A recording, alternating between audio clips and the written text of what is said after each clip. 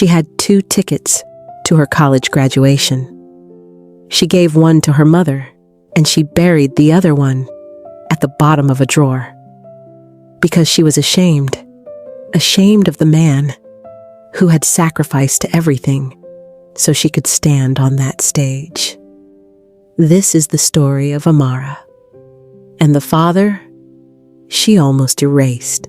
Amara grew up watching her father, Joseph, leave the house before sunrise. Every single morning, he wore a gray uniform.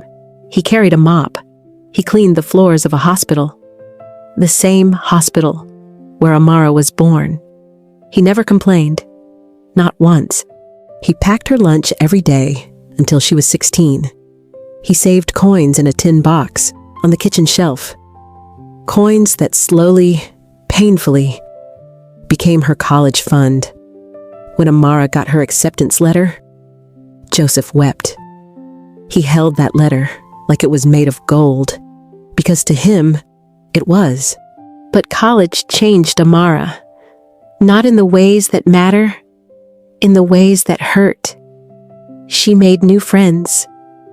Friends with fathers who wore suits, friends who talked about vacations and investments and country clubs.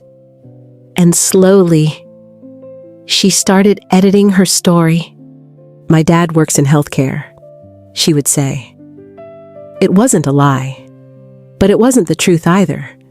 By her junior year, she had stopped calling home as often.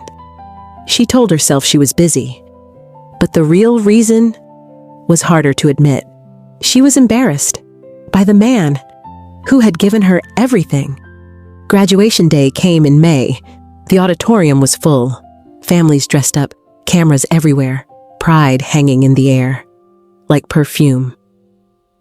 Amara looked out from the stage as they read her name, and then she saw him, Joseph, her father, sitting in the back row in his gray uniform because he had come straight from his shift. He hadn't had time to change. He was holding a hand-painted sign. It said, "That's my daughter," and he was smiling, the biggest smile she had ever seen in her entire life. Something broke open inside her chest.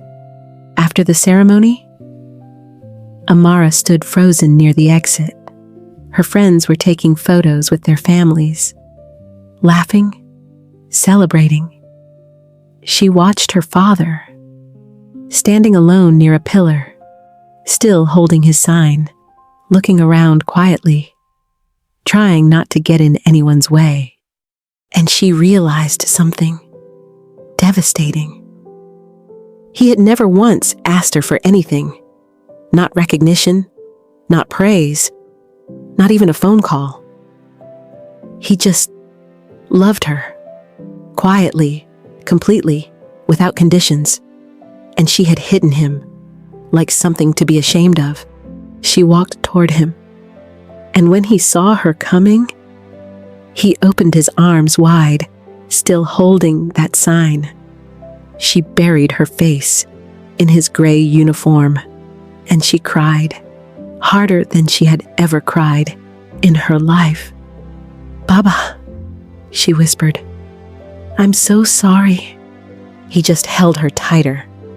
"Sorry for what?" he said softly. You did it, my girl." That evening, Amara posted one photo on social media. Her father, his gray uniform, his hand-painted sign, both of them laughing through tears. She wrote, "This man mopped floors for 20 years so I could walk across a stage. I almost didn't invite him. That was almost the biggest mistake of my life. I love you, Baba." By morning, it had been shared over 40,000 times, but none of that mattered to Amara. What mattered was the voicemail her father left her at midnight.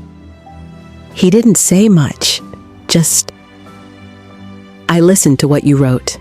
I don't know all the words, but I know it was beautiful, just like you."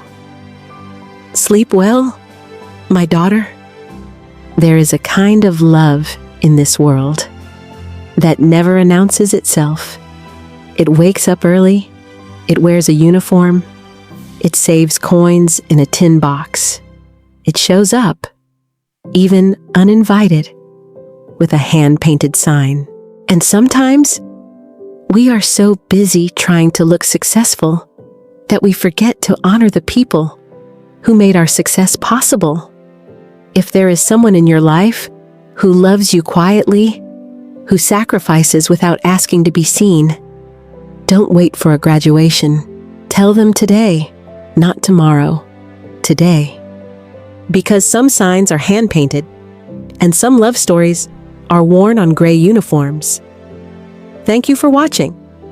If this story touched something in you, share it with someone who needs to hear it.